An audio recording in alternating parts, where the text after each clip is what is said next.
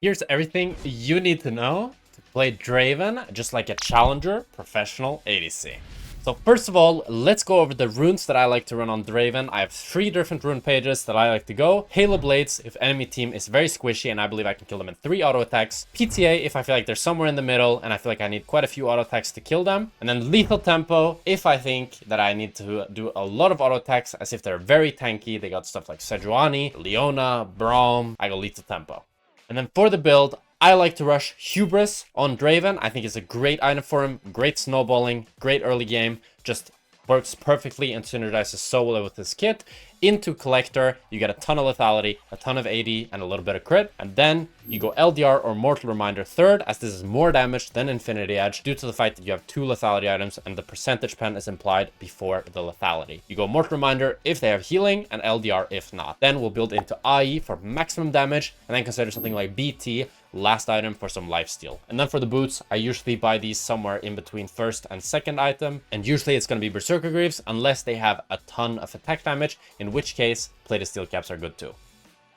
Now let's talk about some tips and tricks that you need to know and the overall mentality you should have while playing this champion. Overall with Draven, the most important skill you need to have is to be very good and fresh at catching his axes. I recommend that you use the S key to pause on top of the axes to make it easier to catch them, as you don't need to input as many movement commands. I would also recommend in settings you go to hotkeys, player movement, and you set the player attack move click. I have it set to A, and player attack move click means that you can auto attack without seeing the range, and it means that it's 1 click less.